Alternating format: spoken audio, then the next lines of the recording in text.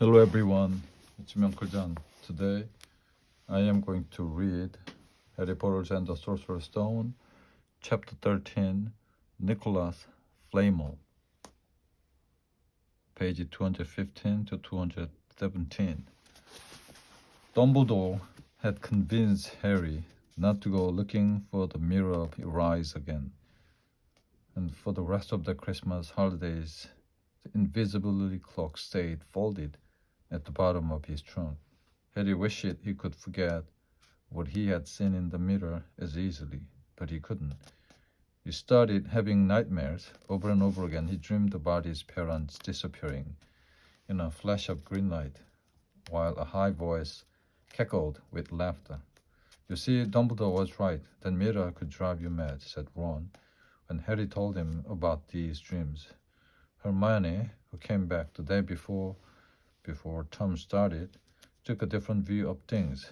She was torn between horror at the idea of Harry being out of bed, roaming the school 3 nights in a row if Filch had caught you, and the disappointment that he hadn't at least found out who Nicholas Flamel was. They had almost given up hope of ever finding Flamel in a library book, even though Harry was still sure he would read a name somewhere.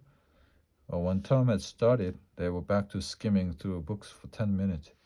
During the breaks, Harry had even less time than the other two, because Quidditch practice had started again.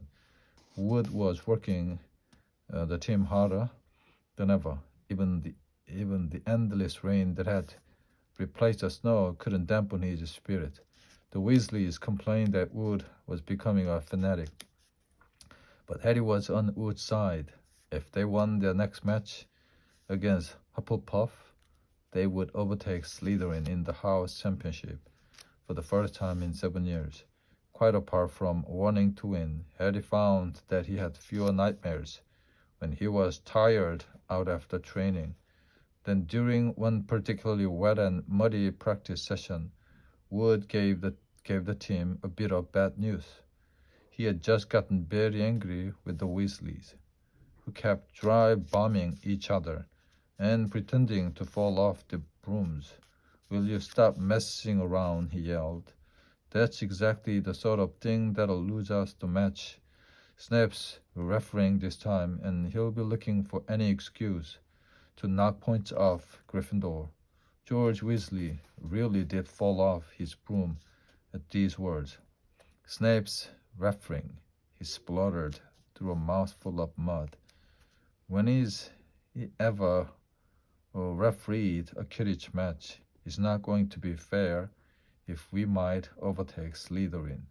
The rest of the team landed next to George to complain too. It's not my fault, said Wood. We have just got to make sure we play a clean game, so Snape hasn't got an excuse to pick on us. Which was all very well, thought Harry, but he had another reason for not wanting Snape near him while he was playing Quidditch. The rest of the team hung back to talk to one another as usual at the end of practice, but Harry headed straight back to the Gryffindor common room, where he found Ron and Hermione playing chess. Chess was the only thing Hermione ever lost at, something Harry and Ron thought was very good for her. Don't talk to me for a moment, said Ron, when Harry sat down next to him. I need to concentrate. He caught sight of Harry's face. What's the matter with you? You look terrible. Speaking quietly so that no one else would hear, Harry told the other two about Snape's sudden, sinister desire to be a Quidditch referee. Don't play, said Hermione at once. Say you are ill, said Ron. Pretend to break your leg. Hermione suggested. Really? Break your leg? Said Ron. I can. There isn't a reserve seeker. If I back out, the Gryffindor can't play at all. At that moment, Neville toppled into the common room. How he had managed to climb through the portrait hole was anyone's guess, but because his legs had been stuck together with what they recognized at once as the leg locker curse, he must have had to bunny hop all the way up to Gryffindor Tower. Everyone fell over laughing except Hermione, who leapt up and performed the counter curse. Neville's legs sprang apart, and he got to his feet trembling. The end.